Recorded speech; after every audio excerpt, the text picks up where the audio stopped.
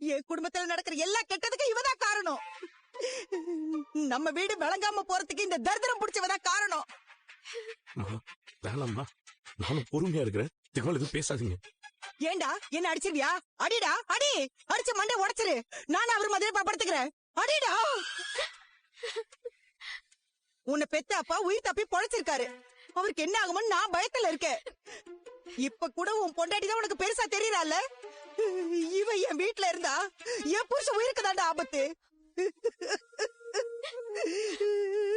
Aunty, கோ இன்சிடென்டா நடந்த ஒரு விஷயம். அதான் அங்கிளுக்கு சீரியஸா எதுவும் ஆகல. இன்னும் என்ன ஆகணும்? உள்ள கால் உடைஞ்சு கிடக்குறாரு. இந்த வயசுல அந்த வலி எல்லாம் அவரால் தாங்கிக்க முடியுமா? ஏதோ நான் செஞ்ச புண்ணியம் தான் அவர் உயிரை காப்பாத்தி இருக்கு. இந்த ஒரு தடவை தப்பிச்சிட்டாரு. இது கடவுள் காட்டின அறிகுறி. இவ என் வீட்டுல இருக்கிற வரைக்கும் அவர் உயிருக்கு எப்ப வேணாலும் ஆபத்து வரும். நானே அப்பாக்கு எப்படி ஆயிடுச்சுன்னு எதுவும் யோசிக்க முடியாம இருக்கேம்மா. நீங்க தேவையெல்லாம் பேசிட்டு இருக்கீங்கம்மா. இவதான் உன்னை யோசிக்க விடாம பண்றாளா? நான் சொல்றத கேட்டிருந்தா இப்படி நடந்திருக்குமா? அவர் உயிர் போனா கூட உங்களுக்கு கவலை இல்லல்ல? ஆண்டி, ஏன் இப்படி எல்லாம் பேசுறீங்க? மீனாவோட மனசு எவ்வளவு கஷ்டப்படும். ஏன் புருஷ உயிருக்காக நான் பேசிட்டு இருக்கேன். இங்க மத்தவங்க யாரும் எதுவும் பேச வேண்டாம். அப்பாக்கு எதுவும் ஆகாதுமா. அவர் மனசுக்கு அவர் நல்லாதான் இருப்பார். நீங்க எல்லாத்தையும் தூக்கி மீனா மேல வைக்கிறீங்க. டேய், இப்படி நார்மலா நடந்தா கூட பரவாயில்ல. ஆனா அந்த சாமியாரமா சொல்லிட்டு போட உடனே இப்படி நடந்திருக்கு. இப்ப கூட உனக்கு நம்பிக்கை இல்லையா? டேய், உன்ன மாதிரி என்னால கண்மூடித்தனமா நம்பிட்டு இருக்க முடியாதா எல்லாத்தையும்? நம்பாதரா. என் கழுத்துல இருந்து தாலி இறங்கினாதான் நம்புவியா நீ? ஆண்டி, ஏன் இப்படி எல்லாம் பேசுறீங்க? நீ பேசாதரி. உன்னை வீட்டுக்கு கூட்டிட்டு வந்ததே அவர்தான். இப்ப அவர் உயிர் உன்னாலதான் போகுது. போதும்மா. என்னடா போதும்? இவள அன்னைக்கே வீட்டை விட்டு அனுப்பியிருந்தா இந்த மாதிரி நடந்திருக்காது. டேய், அம்மா தான் எமோஷனலா பேசிட்டு இருக்காங்க. நீ ஏன்டா முட்டாள் மாதிரி பேசிட்டு இருக்க? படிச்ச முட்டாள் தான்டா அவன். மனோஜ், முதல்ல இந்த விஷயத்துல உங்க அப்பாவுக்கே நம்பிக்கை இல்லப்பா. அவரே பெருசா எடுத்துக்கல, நீ என்னடானா? உங்களுக்கு என்னங்க தெரியும்? அவருக்கு நம்பிக்கை இல்லாம இருக்கலாம். ஆனா இவ என் வீட்டுல இருந்தா ஏன் தாலிக்கு தாங்க ஆபத்து. ஆனா இவளுக்கு அத பத்தி எல்லாம் கவலையே இல்ல. இவ மட்டும் நல்லா இருந்தா போதும் நினைக்கிறா. போய் ரோட்ல கிடந்த உடனே வீட்டுல கொண்டு வச்சார்ல, அவர் உயிரே குடிக்க பாக்குறேடி நீ. என்னமா பேசுறீங்க? இது ஹாஸ்பிடல் மாப்ள, பேசாதீங்கம்மா. டேய், என்னடா பேச வேண்டாம்னு சொல்ற? என்ன பேச வேண்டாம்னு சொல்ற? இவதான் மாமா இல்ல அவர் அப்பான்னு சொல்லுவாள்ல. அந்த பாசம் உண்மையா இருந்திருந்தா இவளே இந்த வீட்டை விட்டு வெளியே போயிருக்கணும்ல. அந்த கவலையெல்லாம் அவனுக்கு கிடையாது. இவ தரித்திருந்தா அவ அப்பா உயிரே எடுத்திருக்கோம்.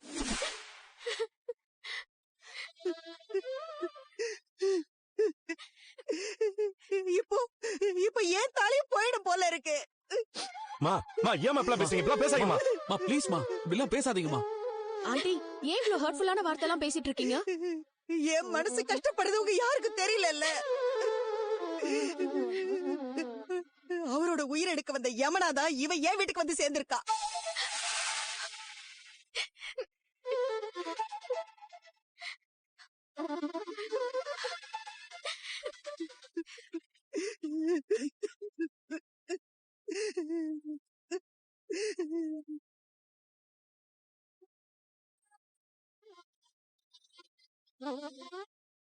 அவருக்கு ஏதாவது ஆச்சுன்னா நானும் உயிரோட இருக்க மாட்டேன். நான் செத்ததுக்கு அப்புறம் பூவெல்லாம் கொண்டு வந்து ஏன் மேல கொட்டி புதைச்சிட்டு அவளை சந்தோஷமா இருக்க சொல்லுங்க.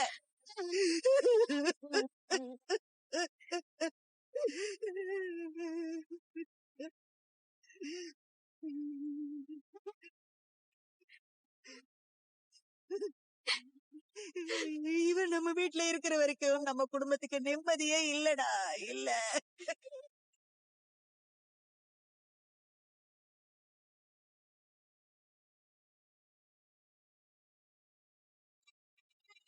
என்ன ஆண்டி, டென்ஷனா இருக்கீங்க?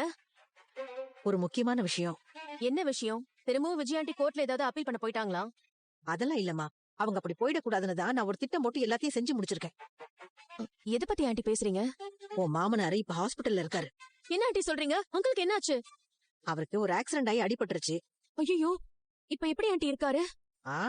ஸ்கேன்லாம் எடுத்திருக்காங்க. கால்ல லேசா எலும்பு முறிஞ்சிருக்கு போல இருக்கு. அங்கிளுக்கு எப்படி இப்படி ஆச்சு? அந்த வீட்லயே அவர் மட்டும்தான் நல்லவரு. அவருக்கு போய் எப்படி ஆண்டி? நல்லவர் தான், ஆனா நமக்கு சில காரியங்கள் ஆகணும்னா நல்லவங்களை தானே நம்ம யூஸ் பண்ணிக்க வேண்டியிருக்கு. இந்த ஆக்சிடென்ட் தானா நடக்கல. அப்புறம் என் ஆளு ஒருத்தங்கிட்ட சொல்லி நான் தான் அவரை பைக்ல போய் இடிக்க சொன்னேன்.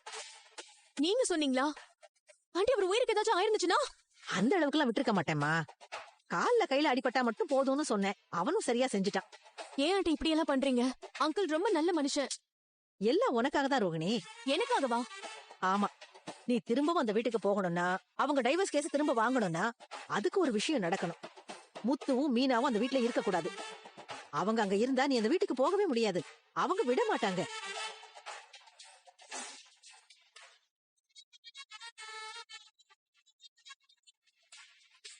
இத பாரு ரோகிணி, நம்ம என்னதான் பிளான் பண்ணாலும் உன்னை அந்த வீட்டுக்குள்ள வரவிட மாட்டாங்க. இப்ப நாம செய்ய வேண்டிய முதல் வேலை மீனாவை அந்த வீட்டை விட்டு அனுப்பணும். அவ வீட்டை விட்டு வெளில போனாலே முத்து உடைஞ்சிருவான். அவனும் பின்னாடியே போயிடுவான்.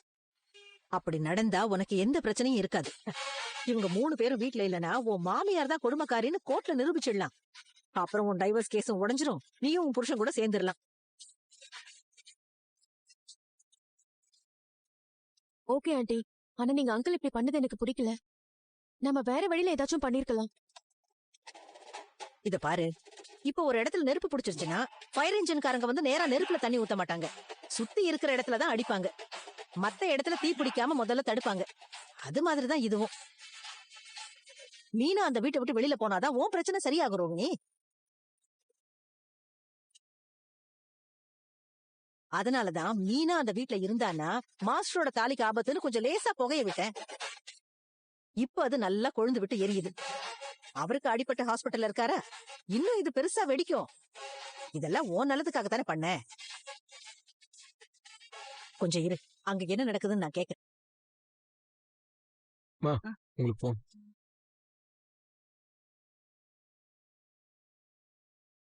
சொல்லுங்க சிந்தாமணி.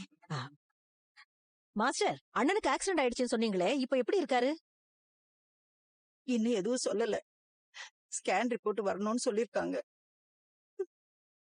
என்ன பண்ணணும்னே தெரியல. பயப்படாதீங்க மாஸ்டர், அண்ணனுக்கு எதுவுமே ஆகாது, சரியாயிடும். அந்த சாமியாரம்மா சொன்ன மாதிரியே நடக்க ஆரம்பிச்சிருச்சு. அந்த மீனா வீட்டுல இருந்ததுனாலதான் இப்படி ஆயிடுச்சு. நான் தான் சொன்னேனே மாஸ்டர், அந்த அம்மா ரொம்ப சக்தி வாய்ந்தவங்க. அவங்க சும்மாலாம் எதுவும் சொல்ல மாட்டாங்க. அவங்க சொன்னா கண்டிப்பா நடக்கும் மாஸ்டர். இப்ப என்ன பண்றதுன்னு எனக்கு தெரியல. அவருக்கு ஏதாவது ஆயிடுமோன்னு எனக்கு ரொம்ப பயமா இருக்கு. அந்த மீனாவை முதல்ல வீட்ல இருந்து அனுப்புங்க மாஸ்டர். நான் சொன்ன இங்க யாரு கேக்குறாங்க? அவ ஆணி அடிச்ச மாதிரி இங்கே உட்கார்ந்துருக்காளே. அவளுக்கு அவ நல்லா இருந்தா போதும்னு நினைக்கிறா மாஸ்டர். நம்ம அண்ணன் உயிருக்கு எதுவும் ஆயிடக்கூடாதுல்ல. அந்த சாமியார் அம்மா சொன்னா அப்படியே நடக்கும் மாஸ்டர். சீக்கிரமா நீங்க அவளை முதல்ல வெளியில அனுப்ப பாருங்க. இப்போதைக்கு அவர் குணமாய் வந்தா மட்டும் போதும்னு எனக்கு இருக்கு. மாஸ்டர், உங்க மனசுக்கு அண்ணனுக்கு எதுவுமே ஆகாது மாஸ்டர். நீங்க பயப்படாம இருங்க. நான் வந்து அவர் அப்புறமா பாக்குறேன். வைக்கிறேன் மாஸ்டர்.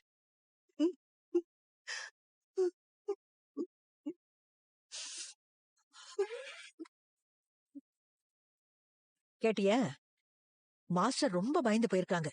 இதுக்கு மேல கண்டிப்பா மீனாவை வீட்டுல இருக்க விட மாட்டாங்க. நீ ஒண்ணு தெரிஞ்சுக்கோ, ஒரு குடும்பத்தை உடைக்கணும்னா அந்த குடும்பத்து மேல ரொம்ப அக்கறை இருக்கிறவங்கள அந்த குடும்பத்தை விட்டு வெளியில அனுப்பணும். அதத்தான் நான் இப்ப பண்ணிருக்கேன். இனி மாஸ்டரே மீனாவை வெளியில விரட்டிடுவாங்க. நீ ஈஸியா அந்த வீட்டுக்குள்ள போயிடலாம்.